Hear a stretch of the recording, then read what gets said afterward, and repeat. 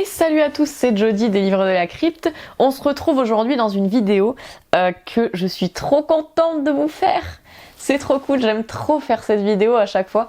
C'est chaque année. De toute façon, vous le savez si vous suivez ma chaîne depuis le début, ou si du moins vous avez regardé toutes mes vidéos. Chaque année, je vous fais une petite vidéo de sélection de livres à lire pour Halloween. Voilà, parce qu'évidemment, comme nous sommes sur une chaîne d'horreur, j'en ai des idées à vous donner de livres à lire pour Halloween, évidemment, puisque moi, vous le savez bien, hein, dans ma bibliothèque, et bien sûr dans mon cœur, c'est Halloween toute l'année pour moi, bien sûr. Voilà, je suis une spooky girl. Halloween, pour moi, c'est toute l'année. Et donc, j'ai énormément de recommandations de lecture à vous faire pour Halloween, évidemment. Je me suis emballée cette année. Je me suis emballée. D'habitude, j'arrivais toujours à vous contenir une petite palle, tu vois, comme ça, où je vous présente quelques livres. Là, cette année, je me suis emballée. J'ai beaucoup de livres à vous présenter. J'ai beaucoup de livres à vous suggérer, bien sûr, pour cette période qui est Halloween. Et on va commencer tout de suite parce que là, vraiment, il y a du taf. Je vais vous montrer, bien sûr, je vais vous donner des petits tips, en fait, des petites idées de livres que vous pourriez lire pour Halloween, qui sont un peu dans le mood automnal, dans le mood effrayant, dans le mood spooky. J'espère que ça vous plaira. On commence de ce pas. La famille Addams de Chas Addams. C'est un livre juste génial, une petite pépite. Dans ce livre, vous allez trouver les sketchs, les comics, les BD originales qui représentaient la famille Addams avant que ça devienne les films, les séries et tout ce qu'on connaît bien sûr. Vous allez retrouver tous les sketchs en fait dans ce livre. C'est un livre qui se lit extrêmement vite, hein, vous vous en doutez. Il y a la légende en dessous avec la petite phrase qui va bien. C'est très drôle, très divertissant. Pour ceux qui aiment la famille Addams, évidemment, une excellente lecture à faire pour cet automne que je ne peux que vous conseiller. Et d'ailleurs, bientôt la série mercredi sur Netflix, je l'attends avec impatience évidemment, puisque faite par Tim Burton, ça me hype énormément. Autre lecture pour Halloween, Je sens grandir ma peur de Ayn Rand. Vous savez à quel point j'ai aimé ce livre, je l'ai aimé. Mais je l'ai aimé si fort ce livre, il est tellement extraordinaire. On va nous parler d'une jeune femme. Elle a rencontré Jake, en fait son petit ami il y a pas longtemps, et ils se rendent chez les beaux-parents pour la première fois. Donc elle va rencontrer ses beaux-parents pour la première fois, et en fait durant tout le trajet, elle va recevoir des messages très très inquiétants, des appels incessants. Elle se fait harceler par un inconnu. Et nous en fait on va découvrir ce qu'il se passe derrière tout ça. Génial ce livre, je ne peux rien vous dire de plus si ce n'est génial. Extrêmement surprenant, extrêmement... Oh là là là là là là là là là. J'ai écouté vos conseils, vous m'avez dit qu'il faut que je regarde le film sur Netflix. Je vais le retenter, j'avais essayé de le regarder la première fois mais j'étais en mode what the fuck. Et du coup j'avais voulu lire le livre avant.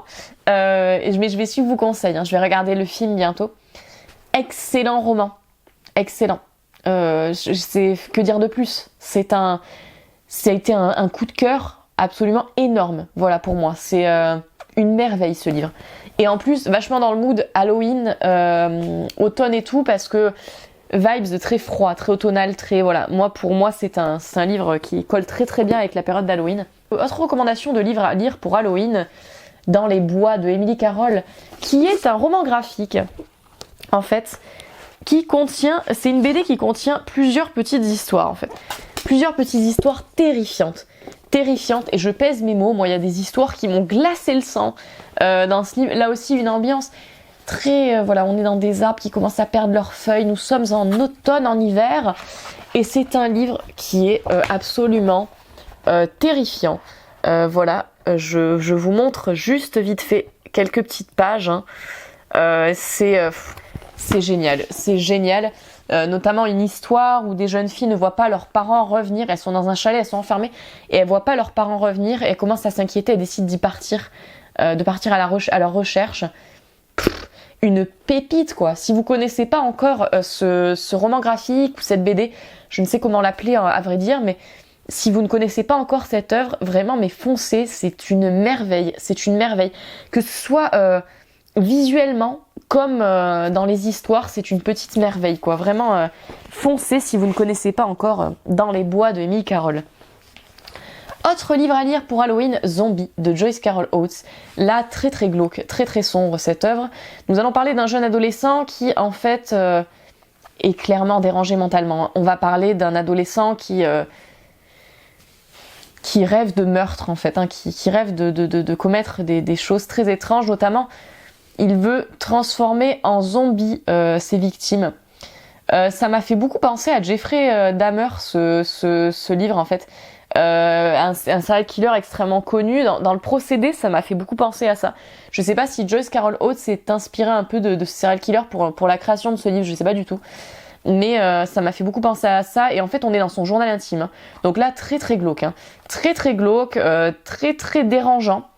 On est vraiment dans son journal intime. On va voir des petits dessins, vous voyez, voilà, qu'il réalise. Très dérangeant, très glauque. Une lecture à mon sens de circonstance, bien sûr, pour Halloween, si vous avez envie de vous faire peur.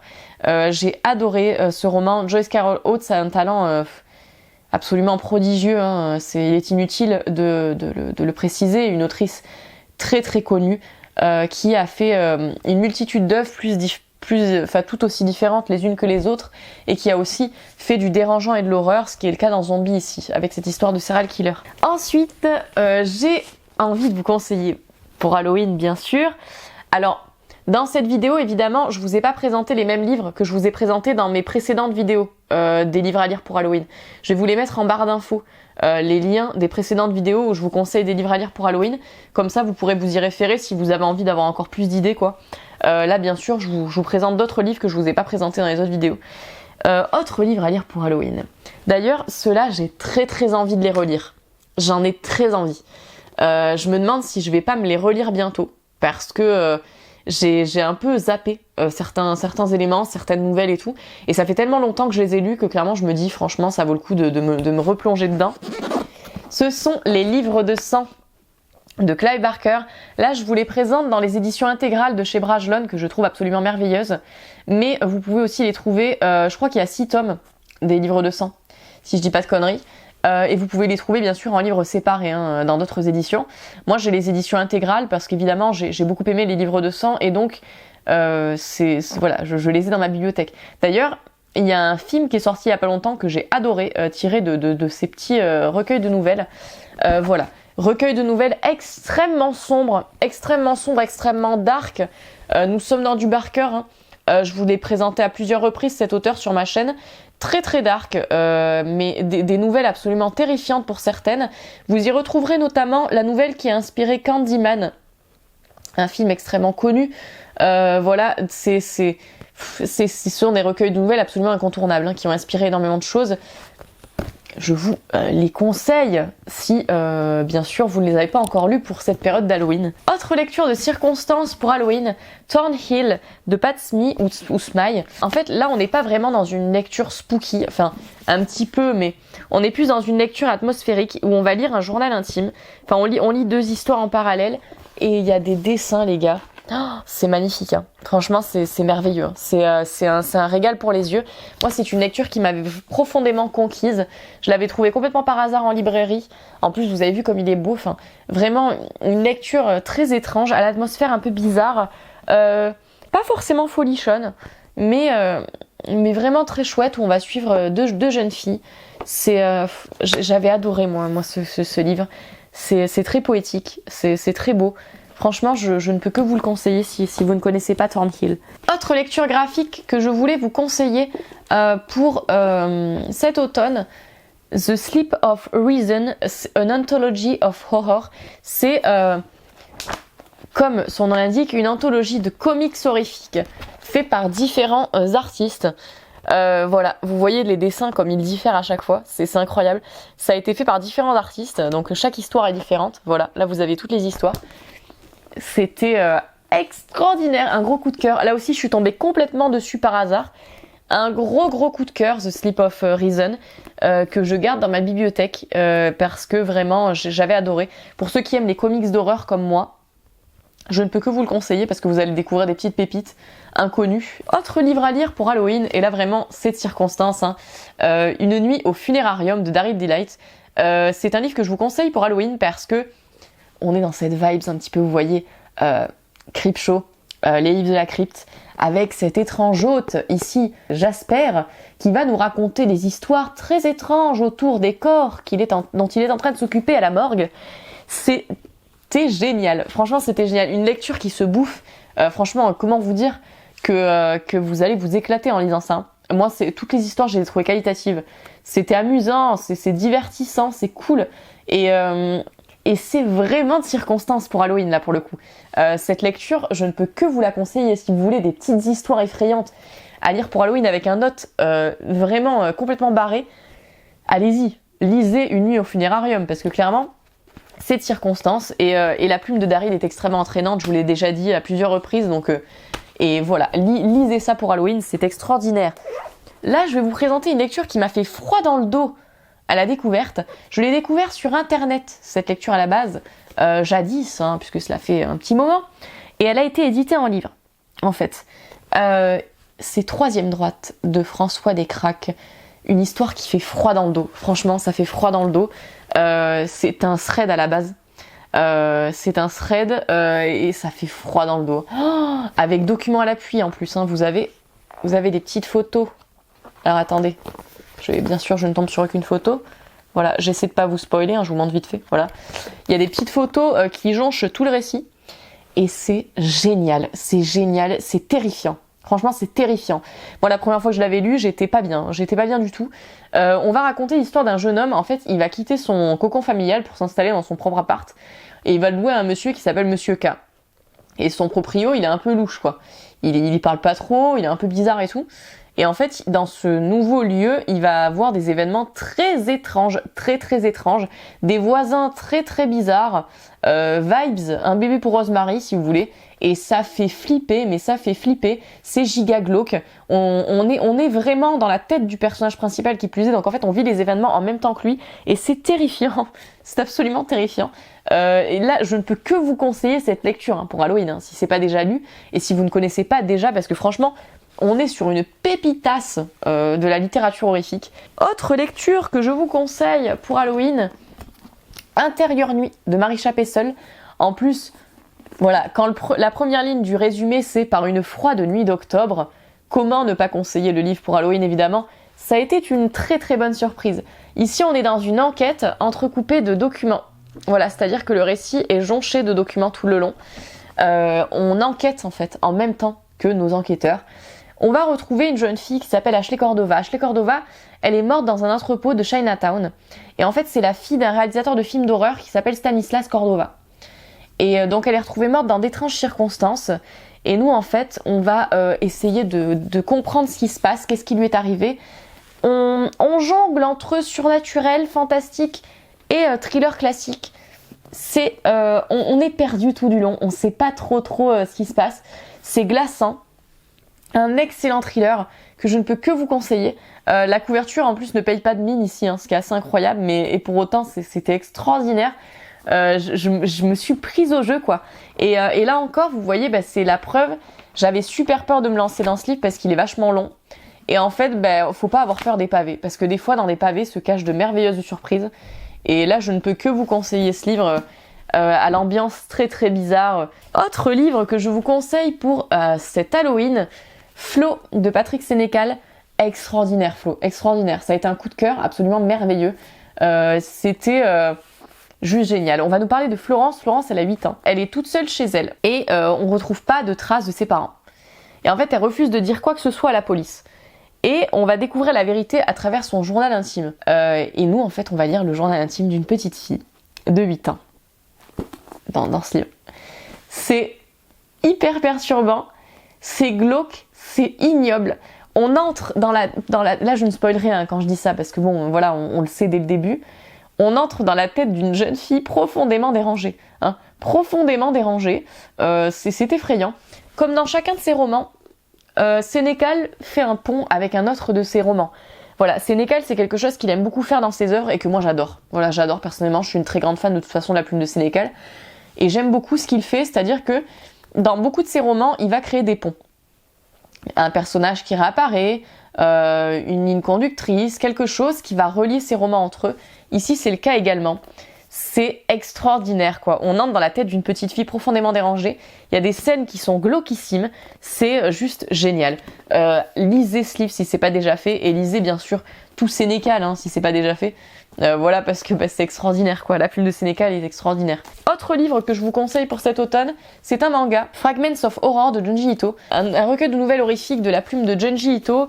Là encore, c'est magnifique, hein. Il a des dessins juste merveilleux, hein. Ai-je besoin, bien sûr, de le signifier une fois de plus? C'est terrifiant. Voilà, ici, moi, c'est ça que j'aime le plus dans Fragments of Horror, c'est que c'est terrifiant. Voilà, si vous avez envie de vous faire peur cet automne, c'est juste génial. On est dans un manga en anglais, hein, voilà. Mais c'est très facile d'accès, les mangas en anglais, pour ceux qui parlent un petit peu. C'est très facile d'accès. C'est terrifiant. Terrifiant. Voilà, Junji Ito, je ne vous dirai jamais assez de lire ses œuvres. Et pour cet automne, je ne pouvais déroger à la règle de vous présenter au moins un manga de sa plume. Et Fragments of Horror, c'est de circonstance, quoi. Donc foncez, foncez, foncez.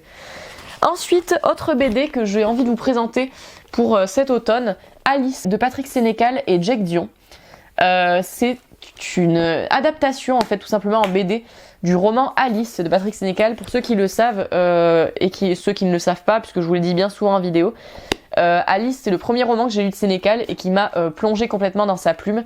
Donc évidemment, la BD, j'avais trop hâte de me la procurer.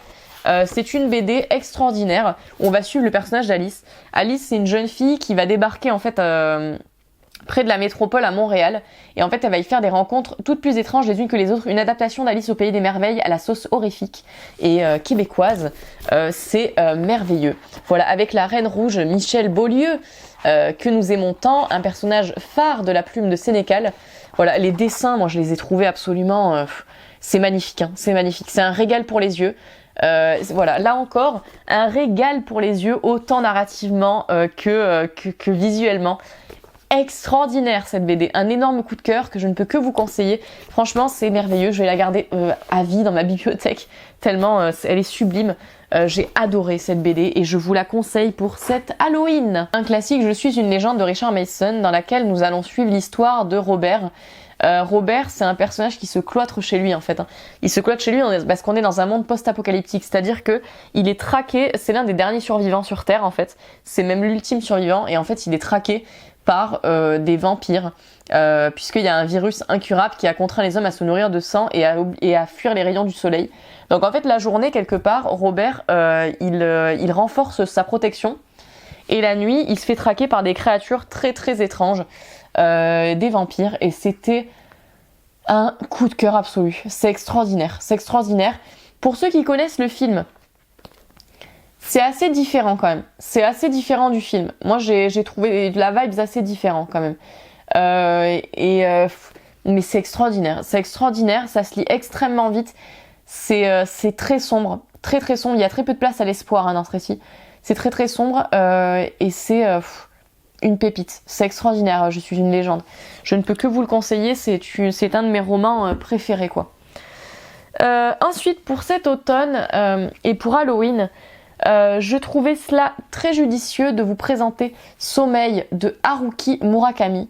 C'est une histoire, là, on est plus dans la vibe, vous voyez, Halloween, mais Halloween de l'étrange, vous voyez, plus que Halloween horrifique.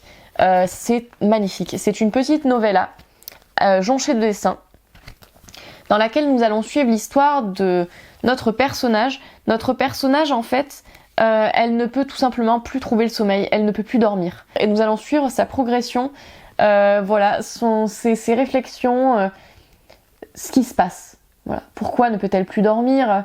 C'est très étrange.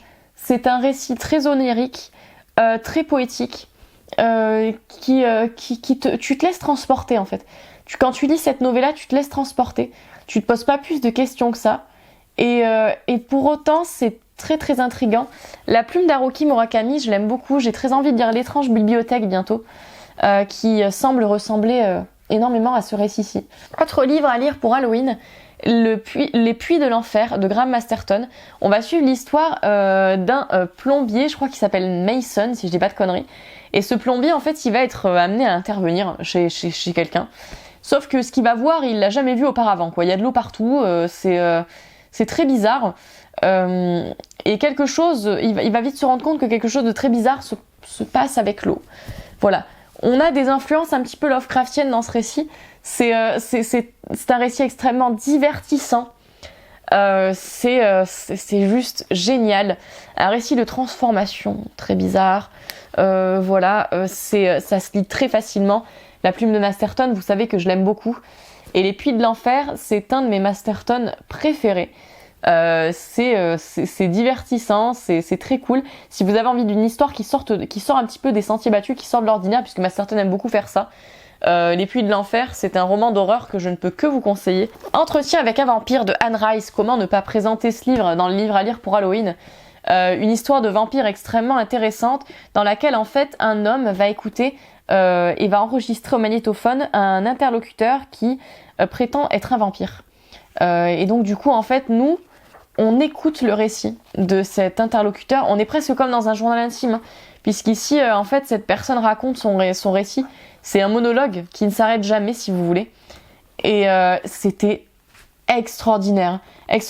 En fait ce personnage va nous raconter toute son épopée de sa vie en fait à l'époque, jusqu'à sa transformation, c'est sa relation aussi très ambiguë et très étrange avec la personne qui l'a transformé en vampire. Seul petit bémol, sachez-le, on a un personnage dans ce récit qui s'appelle Claudia. Et Claudia, en fait, elle a l'apparence d'une très jeune fille, mais elle est très âgée, ce qui est un peu perturbant à certains moments du récit. Voilà, chose à savoir. Mais là, on est dans le classique du récit de vampire, hein. Je vais continuer d'ailleurs ma lecture de cette saga avec Lestat le vampire, très prochainement, je pense. Je vais me le procurer dès que possible. Voilà, moi c'est un récit de vampire qui m'avait vraiment hypé, où je m'étais plongée dedans. C'est très prenant, voilà. Pour ceux qui seraient intéressés, c'est très prenant et je ne peux que vous conseiller ce livre. C'est un classique, hein, si vous ne l'avez pas encore lu. Ex de Thomas Hall de Welt. C'est tellement de circonstances pour Halloween, ça. On est à Black Spring. Et à Black Spring, en fait, écoutez, on le sait, tous les habitants le savent. On a une sorcière dans cette petite bourgade, et cette sorcière, en fait, elle a les yeux et la bouche cousus. Et elle peut popper à n'importe quel moment chez vous. C'est-à-dire que vous êtes en train de manger à table, tranquille, vous êtes au calme, et bien elle peut popper juste à côté de votre salade de riz. Vous êtes en train de dormir, elle peut popper en face de votre lit. Vous êtes dans la rue, elle pop en face de vous. Bref, cette sorcière peut popper à n'importe quel moment. Il y a même une application qui aide les habitants de Black Spring à savoir où elle se trouve. Voilà. Et donc il se passe le mot, c'est un peu... c'est un peu le Waze de la sorcière, si vous voulez. Mais en fait, cette sorcière, elle est inoffensive. Elle est inoffensive jusqu'au jour où des adolescents vont commettre l'irréparable. Et à ce moment-là, une malédiction va s'abattre sur ses habitants. J'ai adoré ce récit. Il y a une vibes très Stephen King dans ce récit. Parce qu'ici, plus que le monstre qu'on nous présente, donc la sorcière, on va s'attarder sur la noirceur véritable de la nature humaine. C'est-à-dire que tu perds foi en l'humanité quand tu lis ce récit. Mais c'est un récit d'horreur, moi, que j'ai beaucoup aimé. J'étais à fond dedans. Quelques longueurs, il faut le savoir, mais vraiment qualitatif. Une très très bonne histoire horrifique que je ne peux que vous conseiller si vous aimez la thématique de la sorcière. Voilà, vous l'avez vu, dans ces recommandations pour Halloween, j'essaie de vous présenter un max de livres avec des thématiques horrifiques, toutes plus différentes les unes que les autres, parce que c'est ce qui est intéressant, évidemment. Chant du cauchemar et de la nuit de Thomas Ligotti. Là, vous ne voyez pas grand-chose, hein, cette couverture est absolument étrange. Donc, Chant du cauchemar et de la nuit de Thomas Ligotti, c'est un recueil de nouvelles horrifiques et effrayantes par Thomas Ligotti. C'est un recueil que je ne peux que vous conseiller, tout simplement parce que la première histoire m'a terrifiée. Mais quand je vous dis que ça m'a terrifiée, c'est-à-dire qu'il est très rare que je sois terrifiée par ce que je lis. Moi, je lis tellement d'horreur que généralement, je suis très sensible au cinéma d'horreur, je suis très sensible au visuel, c'est-à-dire au jeu. Voilà, tout ce qui est visuel va avoir un effet sur moi, mais quand je lis, il est très rare que je sois terrifiée. Et bien la première nouvelle de ce récit m'a terrifiée. Voilà, elle m'a terrifiée. J'étais trauma quoi à la fin. C'était j'étais pas bien du tout. Et ça, vraiment, rien que pour ça, c'est voilà, comment ne pas vous présenter quoi. Ça vaut le coup. Voilà, rien que pour ça vaut le coup. C'est un recueil de nouvelles horrifiques très étranges, très très bien écrit. Thomas Ligotti, sur le booktube anglophone, on en entend énormément parler, sur Goodreads également. Et je comprends pourquoi. Voilà, il est très peu traduit en France. Et du coup, j'étais très heureuse de trouver Chant du cauchemar et de la nuit, parce qu'il n'est pas beaucoup traduit en France, Thomas Ligotti, quoi. Ensuite, autre lecture à lire pour Halloween, L'antre du tonnerre de Leigh Nichols ou Dean Koontz. Voilà, vous connaissez sûrement son autre nom, son autre pseudonyme, qui n'est autre que Dean Koontz. Dans ce livre-ci, on va suivre une jeune femme. Cette jeune femme, elle se réveille un peu d'un coma, quoi. Elle se réveille à l'hôpital et elle sait pas trop ce qu'elle fait là. Et en fait, elle va être prise d'hallucination. On ne sait pas si elle est folle, si elle est saine d'esprit dans ce livre. Elle va se faire traquer par des gens très bizarres. Voilà, tout l'intérêt de ce livre, c'est est-ce qu'elle est folle? Est-ce qu'elle est saine d'esprit? Est-ce que vraiment elle est en danger? On sait pas. Et c'est prenant, c'est extraordinaire. Elle va peu à peu, cette jeune femme, en fait, regrouper ses souvenirs d'un événement traumatisant. La plume de Dean Koontz, c'est une plume dont j'ai envie de découvrir vraiment les autres œuvres parce que il a une plume extrêmement entraînante et ça a été le cas ici. Leigh Nichols, en fait, c'est un autre pseudonyme pour sa plume.